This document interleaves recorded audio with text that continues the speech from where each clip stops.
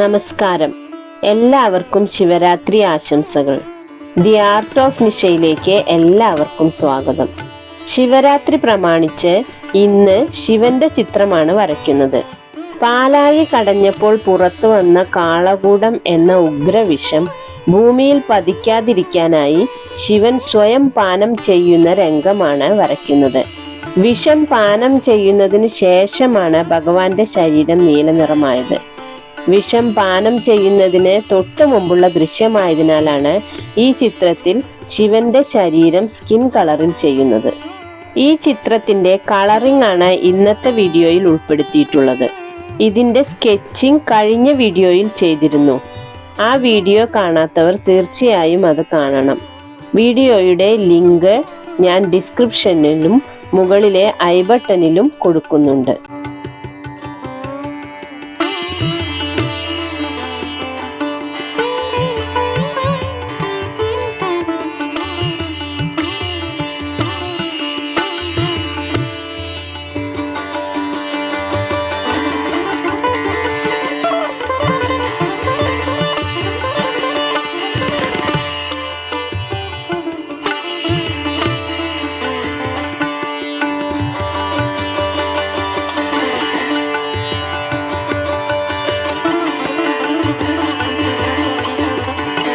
ഹൈന്ദവരുടെ, പ്രത്യേകിച്ച് ശൈവരുടെ ഒരു പ്രധാനപ്പെട്ട ആഘോഷമാണ് ശിവരാത്രി അഥവാ മഹാശിവരാത്രി. പരമശിവനുമായി ബന്ധപ്പെട്ട ഏറ്റവും പ്രധാനപ്പെട്ട ആഘോഷമാണ് ഇത്. ലോകമെമ്പാടുമുള്ള ഹൈന്ദവർ ഇത് വിശേഷ ദിവസമായി ആഘോഷിച്ചു വരുന്നു. കുംഭമാസത്തിലെ കൃഷ്ണപക്ഷത്തിലെ 13-ാം രാത്രിയും 14-ാം പകലുമാണ് ശിവരാത്രി ആഘോഷിക്കുന്നത്. എല്ലാ ശിവക്ഷേത്രങ്ങളിലും അന്ന് വിശേഷ ദിവസമാണ്.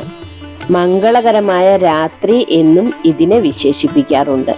ശിവരാത്രി വ്രതം പ്രധാനമാണ്. അന്നേ ദിവസം എല്ലാവരും ശിവക്ഷേത്ര ദർശനം നടത്തുന്നു. കൂവളത്തിന്റെ ഇലകൾ ശിവന് അർപ്പിക്കുന്നതും ഉപവാസം അനുഷ്ഠിക്കുന്നതും രാത്രി ഉറക്കമിളയ്ക്കുന്നതും പഞ്ചാക്ഷരി മന്ത്രമായ ഓം നമഃശിവായ ജപിക്കുന്നതും ശിവപൂജ ചെയ്യുന്നതുമൊക്കെയാണ് ഈ ദിവസത്തെ പ്രധാന ആചാരങ്ങൾ. ശിവലിംഗങ്ങളെ പാലും തേനും കൊണ്ട് അഭിഷേകം ചെയ്ത് അവയെ ആരാധിക്കുന്ന പതിവുമുണ്ട്. വടക്കേ ഇന്ത്യയിലും നേപ്പാളിലും വിശ്വാസികൾ ഈ ദിനത്തിൽ ബാങ്ക് ചേർത്ത് നിർമ്മിക്കുന്ന ലസ്സി എന്ന മധുരപാനീയം കുടിക്കുന്നു.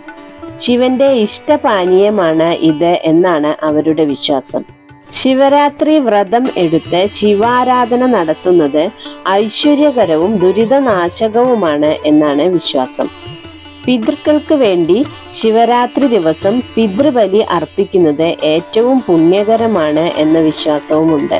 കേരളത്തിൽ ശിവരാത്രി ദിവസം ഏറ്റവും വിപുലമായ രീതിയിലുള്ള ആഘോഷങ്ങൾ നടക്കുന്നത് എറണാകുളം ജില്ലയിലെ ആലുവ ക്ഷേത്രത്തിലാണ്. ആലുവ ശിവരാത്രി മണപ്പുറത്ത് രാത്രി വലിയ രീതിയിലുള്ള ആഘോഷങ്ങളും പുലർച്ചെ പിതൃക്കൾക്ക് ബലിതർപ്പണവും നടക്കാറുണ്ട്.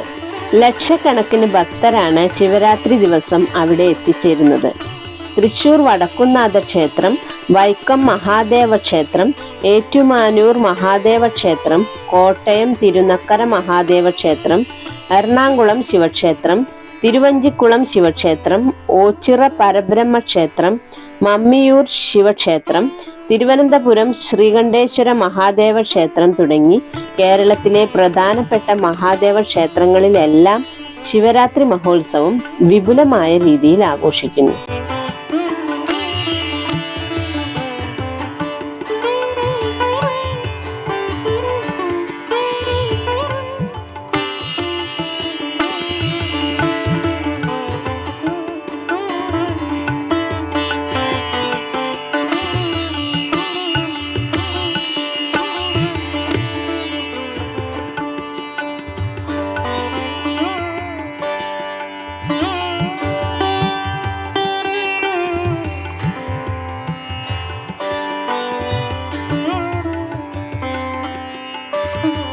ശിവരാത്രിയുടെ ഐതിഹ്യമാണ് ഇനി പറയുന്നത്. ദുർവാസാവ് മഹർഷിയുടെ ശാപം മൂലം ദേവകൾക്ക് ജരാനര ബാധിച്ചു. ഇതിൽ നിന്നും മോചനം നേടുന്നതിനും അമരത്വം ലഭിക്കുന്നതിനും പാലാഴി കടഞ്ഞ് അമൃതെടുത്ത് സേവിച്ചാൽ മതിയെന്ന് ഭഗവാൻ മഹാവിഷ്ണു ദേവന്മാരോട് അരുൾ ചെയ്തു. തുടർന്ന് അസുരന്മാരുടെ സഹായത്തോടെ ദേവന്മാർ പാലാഴി കടയാൻ തീരുമാനിച്ചു. അസുരന്മാർക്ക് അമൃത് സേവിക്കുക എന്നതായിരുന്നു ലക്ഷ്യം.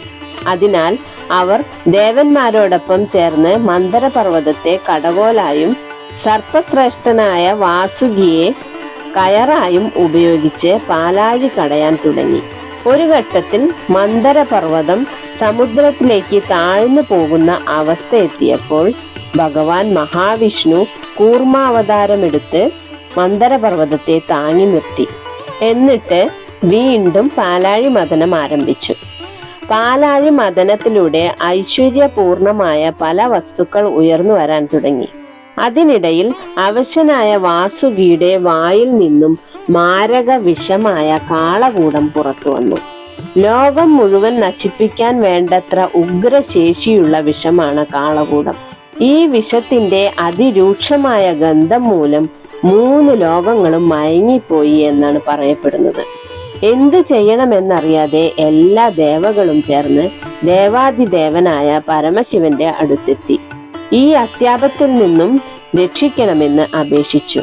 അത് കേട്ട ഭഗവാൻ 14 ലോകത്തിന്റെ നന്മയ്ക്കായി ആ ഉഗ്രവീര്യമുള്ള കാളകൂട വിഷത്തെ തൻ്റെ തൃക്കൈകളിൽ ഏറ്റുവാങ്ങി പാനം ചെയ്തു. ഈ കഥാസന്ദർഭമാണ് ഞാൻ ഇവിടെ വരച്ചിരിക്കുന്നത്. ഈ മാരകവിഷം ഉള്ളിൽ ചെന്നാൽ കാലകാലനായിട്ടുള്ള ദേവന് പോലും ദോഷം സംഭവിച്ചേക്കാമെന്ന ഭയത്താൽ ശ്രീ പാർവതി ദേവി അദ്ദേഹത്തിന്റെ കണ്ഠത്തിൽ മുറുക്കി പിടിച്ചു. ഈ വിഷത്തിന്റെ ഒരു തുള്ളി പോലും ഈ ലോകത്തെ മുഴുവൻ നശിപ്പിക്കാൻ കഴിവുണ്ടെന്നറിയുന്ന വിഷ്ണു ഭഗവാൻ വിഷം വായിൽ നിന്നും പുറത്തേക്ക് പോവാതിരിക്കുവാൻ മഹാദേവന്റെ വായ പൊത്തിപ്പിടിക്കുകയും ചെയ്തു. അങ്ങനെ അകത്തേക്കോ പുറത്തേക്കോ പോകാൻ പറ്റാതെ ആ വിഷം ഭഗവാന്റെ കണ്ഠത്തിൽ ഉറയ്ക്കുകയും കണ്ഠത്തിൽ നീലനിറം വ്യാപിക്കുകയും ചെയ്തു. അങ്ങനെയാണ് ഭഗവാന് നീലകണ്ഠൻ എന്ന പേര് ലഭിച്ചത്. വിഷം ഉള്ളിൽ ചെന്നാൽ അതിൻ്റെ വീര്യം കുറയുന്നത് വരെ ഉറങ്ങാൻ പാടില്ല എന്നാണ് വിശ്വാസം. അതിനാൽ ഭഗവാൻ ഉറങ്ങാതിരിക്കാനായി പാർവതീദേവിയും മറ്റു ദേവന്മാരും അന്ന് രാത്രി മുഴുവൻ ഉറങ്ങാതെ അദ്ദേഹത്തിന് ചുറ്റുമിരുന്ന് കീർത്തനങ്ങളും സ്തുതികളും പ്രാർത്ഥനകളുമൊക്കെയായി കഴിച്ചുകൂട്ടി.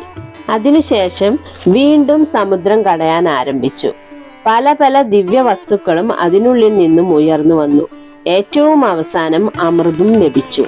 അത് പാനം ചെയ്ത് ദേവന്മാർ ജരാനരകളിൽ നിന്ന് മുക്തി നേടുകയും നഷ്ടപ്പെട്ടു പോയ അവരുടെ ഐശ്വര്യങ്ങൾ മുഴുവൻ വീണ്ടെടുക്കുകയും ചെയ്തു.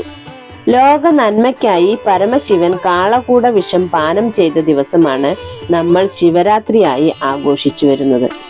ഈ പാലാഴി മഥനം നമ്മളും നടത്തണം. പക്ഷേ അത് ചെയ്യേണ്ടത് നമ്മുടെ മനസ്സിലാണെന്ന് മാത്രം. മനസ്സാണ് പാലാഴി.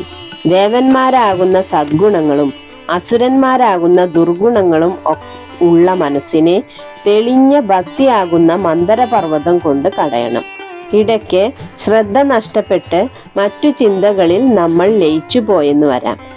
അപ്പോൾ സമുദ്രത്തിനടിയിൽ നിന്നും മന്ദരപർവ്വതത്തെ ഉയർത്തിക്കൊണ്ടുവന്നതുപോലെ ബോധനാഥനായ ഭഗവാൻ നമ്മുടെ മനസ്സിനെ ഉയർത്തിക്കൊണ്ടുവരും. വീണ്ടും കടഞ്ഞ് അജ്ഞാനവും ദുഷ്ചിന്തകളുമാകുന്ന കാളകൂട വിഷം നമ്മുടെ മനസ്സിന്റെ അടിത്തട്ടിൽ നിന്ന് പുറത്തു വരും. ആ സമയത്ത് അതിനെ നമ്മൾ മഹാദേവനിലേക്ക് സമർപ്പിക്കണം. മഹാദേവൻ അത് തന്നിലേക്ക് സ്വീകരിച്ച് അമൃതാകുന്ന ജ്ഞാനം നൽകി അഥവാ മോക്ഷം നൽകി നമ്മെ അനുഗ്രഹിക്കുന്നു.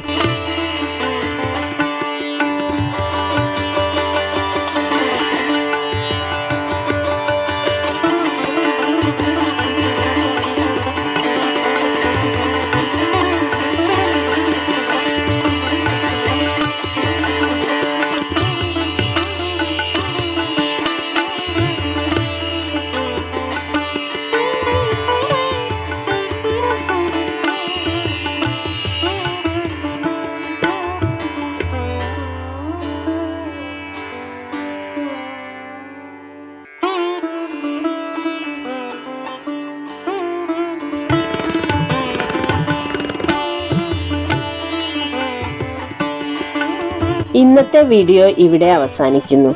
ഈ വീഡിയോ നിങ്ങൾക്ക് എല്ലാവർക്കും ഇഷ്ടപ്പെട്ടിട്ടുണ്ടാവുമെന്ന് വിശ്വസിക്കുന്നു. ഇഷ്ടപ്പെട്ടാൽ ലൈക്ക് ചെയ്യാനും കമൻറ്റ് ചെയ്യാനും മടിക്കരുത്. നിങ്ങൾ ചെയ്യുന്ന ഓരോ ലൈക്കും ഈ വീഡിയോ മറ്റുള്ളവരിലേക്ക് എത്താൻ സഹായിക്കുന്നു. കൂടാതെ സബ്സ്ക്രൈബ് ചെയ്യാത്തവർ തീർച്ചയായും സബ്സ്ക്രൈബ് ചെയ്യണം. ചിത്രകല ഇഷ്ടപ്പെടുന്ന നിങ്ങളുടെ പ്രിയപ്പെട്ടവർക്ക് ഈ വീഡിയോ ഷെയർ ചെയ്യാൻ മടിക്കരുത്. നന്ദി, നമസ്കാരം. Thank you.